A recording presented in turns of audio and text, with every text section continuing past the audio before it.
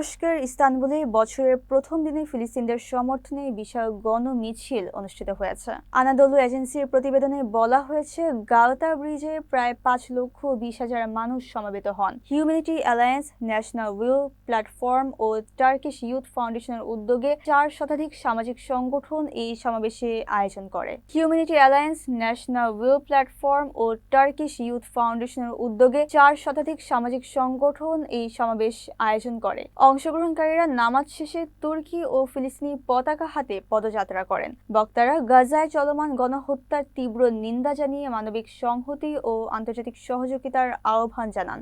জনপ্রিয় শিল্পী মাহেরজেন সহ আন্তর্জাতিক সেলিব্রিটি ফিলিস্তিনি জনগণের প্রতি সংহতি প্রকাশ করেন। সমাবেশে সাংস্কৃতিক প্রতিরোধের অংশ হিসেবে রুটস নামক শিল্পকর্ম প্রদর্শিত হয়, যা ধ্বংসস্তূপের মাঝের জলপাই গাছ ও ছড়িয়ে থাকা বাদ্যযন্ত্রের মাধ্যমে ফিলিস্তিনিদের অদম্য মনোবল ফুটিয়ে তোলে। বিশাল এই সমাবেশ থেকে বিশ্ববাসীকে অন্যায়ের বিরুদ্ধে সোচ্চার থাকার আহ্বান জানানো হয়।